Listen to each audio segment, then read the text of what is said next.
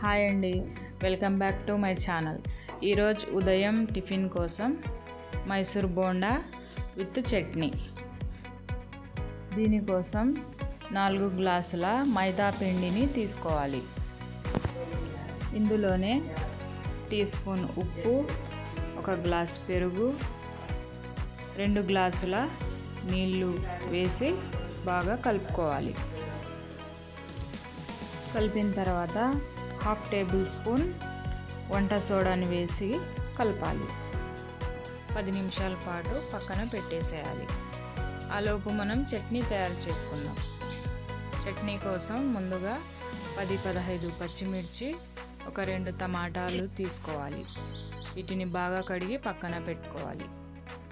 ఇప్పుడు పల్లీలు తీసుకొని వాటిని వేయించుకోవాలి. పల్లీలు బాగా వేగిన తర్వాత కొద్దిగా కడాయిలో ఆయిల్ పోసి అందులోనే పచ్చిమిరపకాయలు వేసి బాగా మగ్గనివ్వాలి.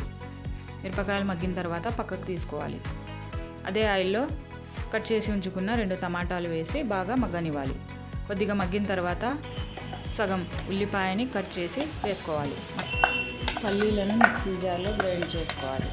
అందులోనే టమాటా మిరపకాయ మిశ్రమాన్ని వేసి నిమ్మకాయ సైజ్ అంత చింతపండు వేసి ఉప్పు తగినంత ఉప్పు అందులోనే వాటర్ వేసి గ్రైండ్ చేసుకోవాలి.